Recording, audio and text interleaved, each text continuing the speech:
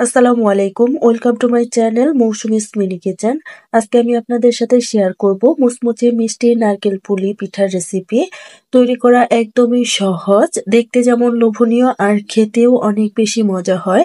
ভিডিওটি স্কিপ না করে একদম শেষ পর্যন্ত কন্টিনিউ করবেন।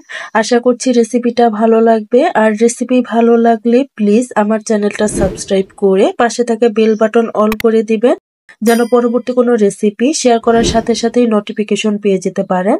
আর নিয়মিত চ্যানেলের পাশে থাকবেন, লাইক কমেন্ট শেয়ার করবেন। নারকেল পুলি পিঠা তৈরি করার জন্য প্রথমে নারকেলের পুরটা তৈরি করে নিতে হবে। এই জন্য চুলায় করে আমি নারকেল কোড়া দিয়ে চুলাটা অন করে দিয়েছি। একে একে সবকিছু দিয়ে দিচ্ছি, যেমন এখানে 1 কাপ গুড় দিয়েছি, সাদা এলাচ, দারচিনি, তেজপাতা দিয়েছি আর স্বাদ মতো লবণ দিয়ে এখন নেড়ে চেড়ে দিচ্ছি, যেন তলায় লেগে না যায়। নারকেলের পুরটা পুড়ে গেলে খেতে ভালো লাগবে না। চুলার আঁচটা মিডিয়াম টু লোর মাঝামাঝি রেখে আমি এই পুরটা তৈরি করে নিচ্ছি। অনবরত নেড়ে চেড়ে দিব এবং অপেক্ষা করব গুড় গলে যাওয়া পর্যন্ত। এই তো আমার পুরটা কিন্তু প্রায় তৈরি হয়ে গেছে। 5 থেকে 10 মিনিটের মতো নেড়ে চেড়ে নিলেই কিন্তু পুরটা তৈরি হয়ে যাবে। চুলাটা অফ করে দিয়েছি। এবার আমি ময়দার ডো তৈরি করে নিব। এখানে আমি 2 কাপ ময়দা দিয়ে দেব এখানে 2 টেবিল চামচ পরিমাণ চিনি। দিয়ে দেব এইখানে স্বাদ মতো লবণ। দিয়ে দেব 1.5 টেবিল চামচের মতো রান্নার তেল। এবার হাত দিয়ে শুকনো উপকরণগুলো খুব সুন্দরভাবে মাখিয়ে নিতে হবে, যেন এই পিঠাটা খেতে অনেক বেশি মজা হয়। এই তো আমার শুকনো উপকরণগুলো কিন্তু মাখানো হয়ে গেছে। মাখানোর একটা পর্যায়ে যখন হাত দিয়ে মুঠি করলে এরকম দলা পেকে যাবে এবং প্রেস করলে ঝুরঝুরো হয়ে যাবে, তখন বুঝতে হবে যে এগুলো মাখানো হয়ে গেছে। এবার আমি কুসুম গরম পানি দিয়ে এই ডোটা তৈরি করে নেব। অনেক বেশি গরম পানি দেওয়া যাবে না, হাত দিয়ে সহ্য করা যায় এরকম গরম পানি দিতে হবে। অল্প অল্প করে পানি দিব এবং এই ডোটা তৈরি করব। একবারে পানি দিয়ে দেওয়া যাবে না, তাহলে ডোটা একদম নরম হয়ে যাবে। ডোটা একটু শক্ত শক্ত করে তৈরি করতে হবে। আমার কিন্তু পারফেক্ট ডো তৈরি হয়ে গেছে। খুব স্মুথ একটা ডো তৈরি করেছি। এবার ঢাকনা দিয়ে ঢেকে আমি 10 মিনিটের জন্য রেস্টে রেখে দেব। 10 মিনিট রেস্টে রেখে দিলে এই ডোটা আরো বেশি সফট হয়ে যাবে। আপনারাও চেষ্টা করবেন 10 মিনিট রেস্টে রাখার জন্য। ফিরে এলাম 10 মিনিট পর। 10 মিনিট পর এই ডোটা অনেক বেশি সফট হয়ে গেছে। আমি আরো একটু সময় এটাকে মাখিয়ে নেব। মাখিয়ে নিলে এই ডোটা আরো বেশি সফট হবে এবং স্মুথ হবে। 1 মিনিটের মতো মাখিয়ে নিলেই হয়ে যাবে। এবার আমি ছোট ছোট করে পিস করে কেটে নিব। তাহলে আমার এই পিঠাগুলো তৈরি করতে অনেক বেশি সুবিধা হবে। এইভাবে আমি সবগুলোই পিস করে নিব। এই রেসিপিটা আমি একদম সহজভাবে আপনাদের সাথে শেয়ার করব। প্লিজ ভিডিওটি স্কিপ না করে একদম শেষ পর্যন্ত কন্টিনিউ করবেন।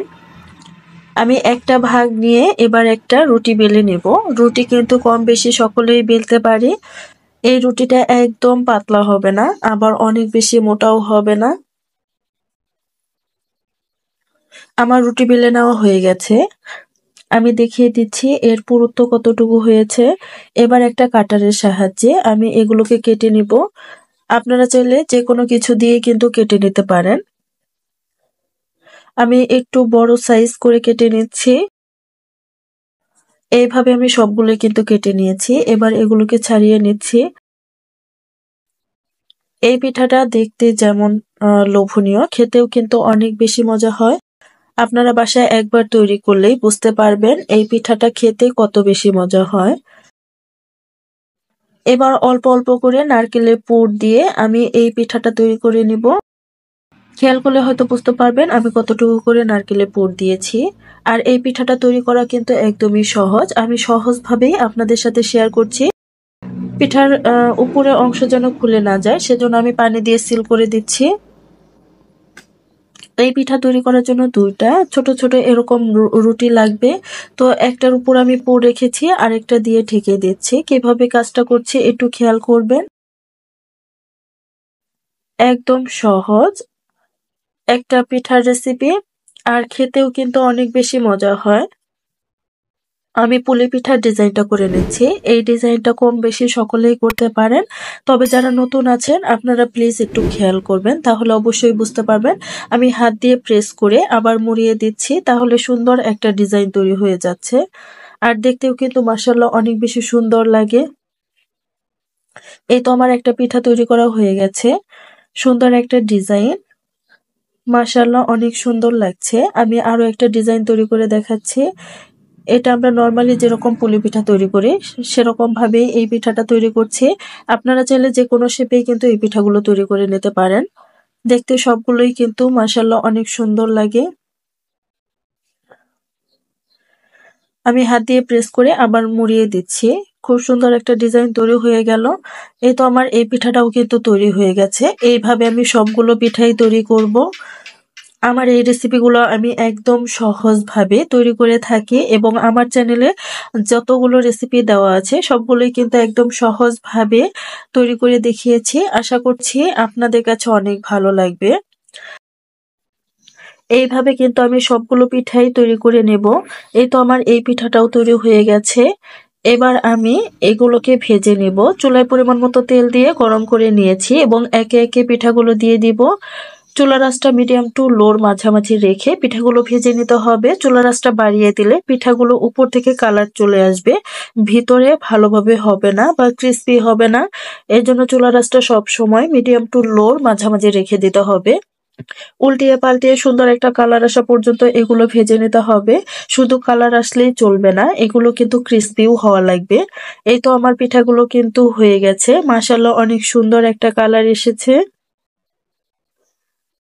3 থেকে 4 মিনিট ভেজে নিলেই এই পিঠাগুলো হয়ে যাবে। আর খেতেও কিন্তু অসম্ভব মজার হয়। পিঠাগুলো আমি একটা স্ট্রেনারের সাহায্যে তেল ছড়িয়ে উঠিয়ে নিচ্ছি। এইভাবে আমি সবগুলো পিঠাই কিন্তু ভেজে নিব। আমার পিঠা তৈরি করা হয়ে গেছে। ব্যাস, তৈরি হয়ে গেল মজাদার মুচমুচে নারকেলের পুলি পিঠা। একটা আমি ভেঙে দেখাচ্ছি। এই পিঠা এত বেশি ক্রিস্পি হয়েছে, এত বেশি মুচমুচে হয়েছে, বাসায় তৈরি না করলে বুঝতেই পারবেন না। বাসায় একবার তৈরি করবেন আর পরিবারের সকলেই কিন্তু খুব মজা করে খাবে। ভিডিওটি যারা শেষ পর্যন্ত কন্টিনিউ করলেন অবশ্যই একটা লাইক দিয়ে দিবেন। আপনাদের একটা লাইক কমেন্ট আমাকে অনেক বেশি অনুপ্রাণিত করে। আমার চ্যানেলে নতুন হয়ে থাকলে চ্যানেলটি সাবস্ক্রাইব করে দিবেন, পাশে থাকা বেল বাটন অল করে রাখবেন যেন পরবর্তী কোনো রেসিপি শেয়ার করার সাথে সাথে আপনি নোটিফিকেশন পেয়ে যেতে পারেন। অলরেডি যারা চ্যানেলটি সাবস্ক্রাইব করেছেন আপনাদেরকে অসংখ্য অসংখ্য ধন্যবাদ জানাই। আজকের মতো এই পর্যন্তই। সকলেই সুস্থ থাকবেন, ভালো থাকবেন। আল্লাহ হাফেজ। আসসালামু আলাইকুম।